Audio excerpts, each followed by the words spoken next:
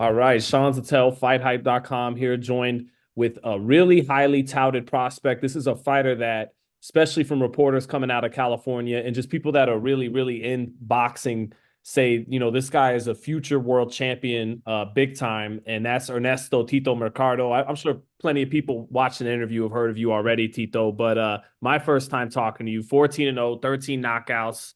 Last fight at 140, I believe, campaigning around super lightweight. But what's going on, man? You've been going on like a spree of who's the top guys we can get that don't have to be connected to the big promoter. Is he a former guy like Hank Lundy that used to fight world champions? Is it Endo Geni who went the distance with Haney, or Nakatia who went the distance with Stevenson? But how's it feel getting out of the club shows and fighting on DAZN in a main event in Houston, bro?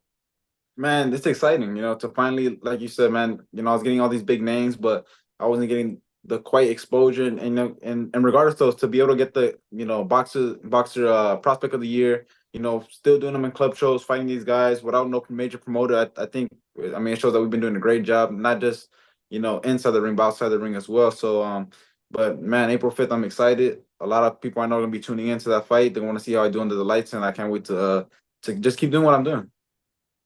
What's just your mind state as a young fighter right now approaching the sport? What do you want out of boxing, and what's your mind state right now?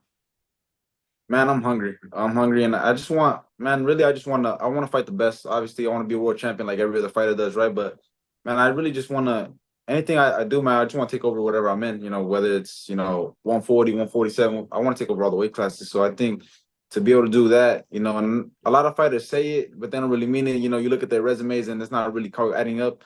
I think a lot of boxing fans and people that just look at the resume, they could tell that I mean business. You said 40 and 47, and just like watching your tape, it's like this kid is big. He's when he gets to 47, he's gonna be a big 47. Are you like trying to do like De La Hoya did, like Shane did, from Pomona? Try, let me get this belt while I'm young and I can squeeze down to this weight, but I'm really a big welterweight. Yeah, no, I mean, I definitely feel that way. I think some of my best fights are gonna be at 47. Definitely.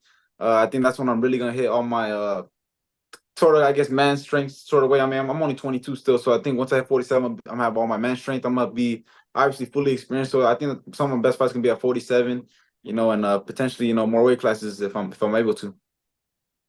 Yeah, I mentioned Shane, man. Is he an inspiration at all coming from Pomona? Yeah, of course, man. I mean, Shane did a lot of great things. 40, he was a crazy lightweight, explosive, a lot of power. 47, he fought a lot of great fighters. He never really ducked away from any fights, and he won a lot of good fights. Beat De La Hoya, what, twice or was? Once, twice. Yeah. So, Shane Mosley definitely inspiration. We got other world champions like Richie Sandoval, Albert Davila, Mike Weaver. So we have a lot of world champions here, man. So I want to keep adding to the legacy to it. And you hit me with the Mike Weaver.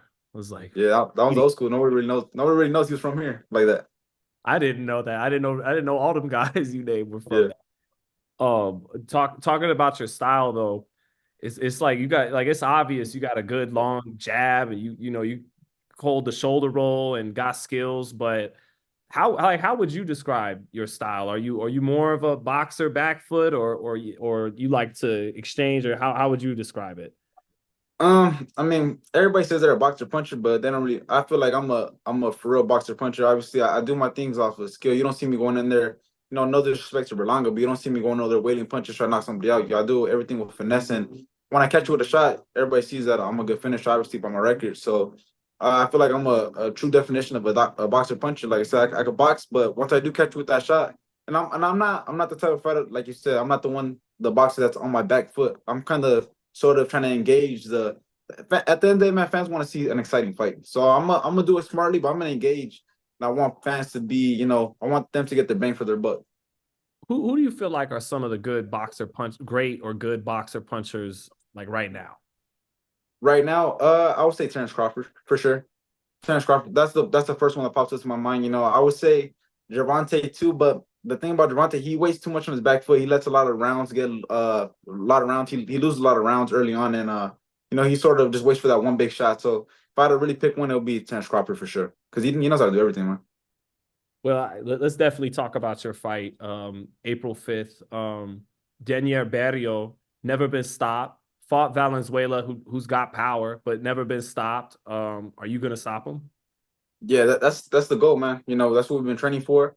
Obviously, I seen the fight with Venezuela. He made him look bad. I think he may have had him hurt in a round or two. Caught him with he's a real awkward, tough guy, man. He's gonna go in there and throw this weird ass shots, and obviously he's gonna go there try to knock my head off too.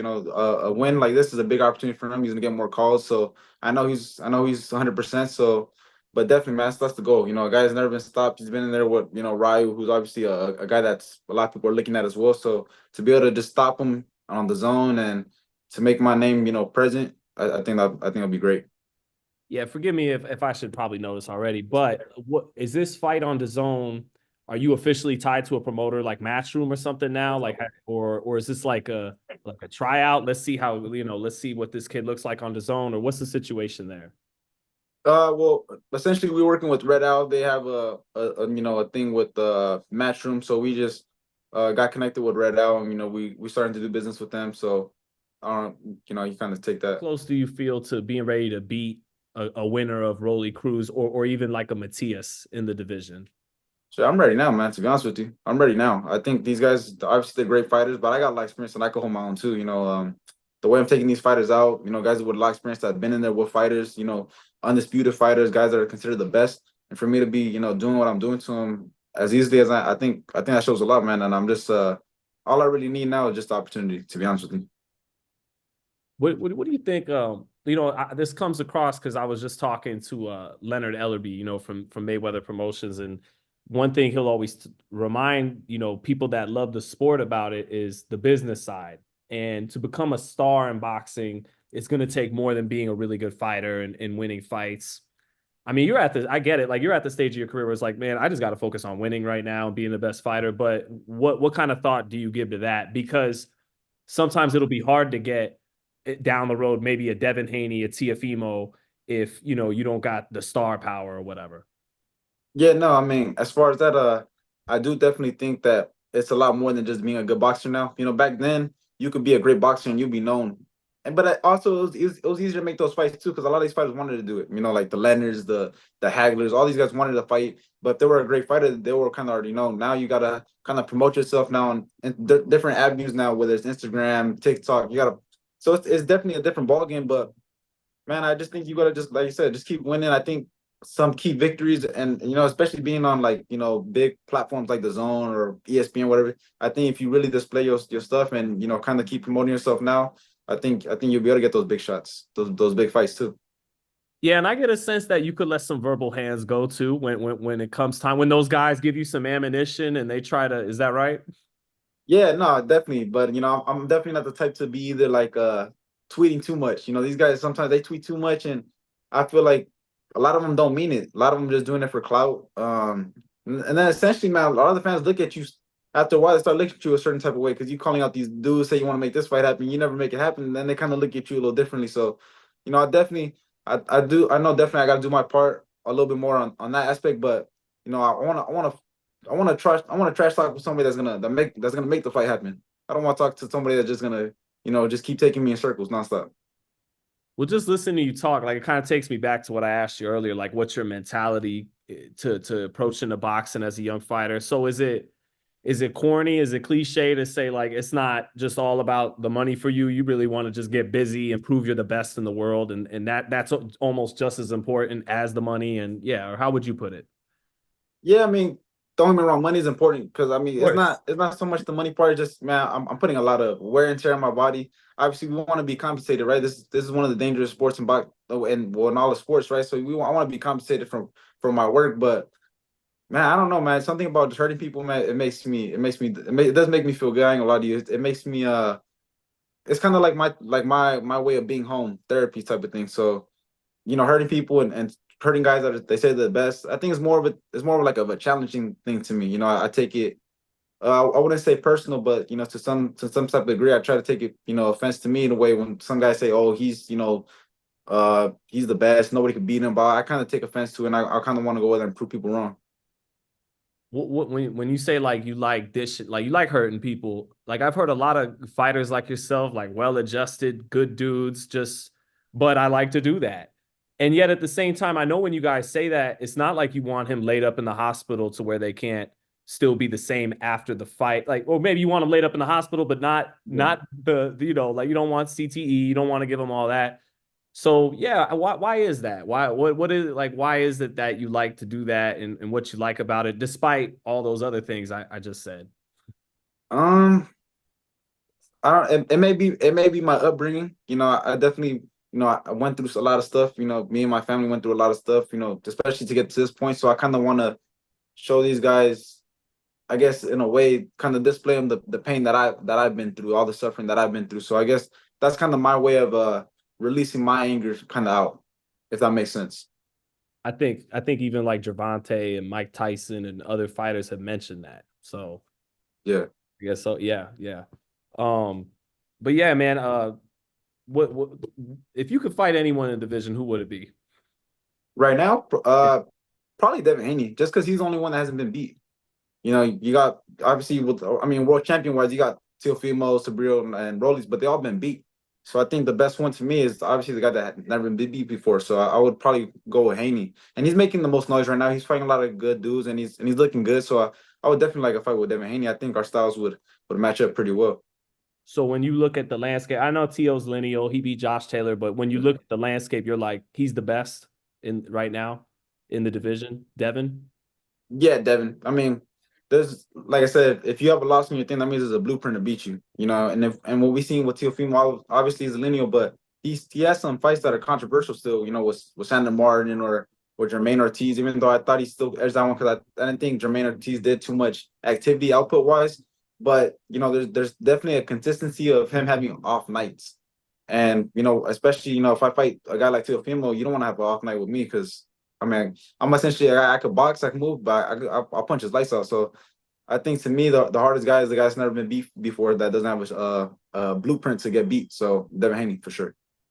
So I know you feel prepared for Devin Haney in the ring, right? Very confident, but are you prepared for Bill Haney on the microphone if that Yeah, comes?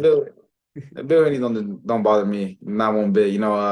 There's always gonna be somebody right trying to essentially talk, but at the end of the day he can't save his son. His son don't really talk like that. I know what his son's really about. But I think it's gonna be a good build up because Bill's gonna talk a lot. I'm gonna talk right back, and I think it's gonna be a good build up. But like I said, at the end of the day, man, he could talk all he want, but he's not gonna be able to save his son in the ring.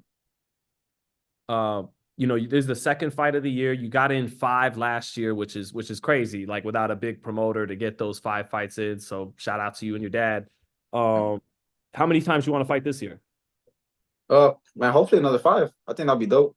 That's what I like about, being free in a way. I'm able to. I like to fight, man. So I like to be active. Sometimes you see these big prospects, contenders, right?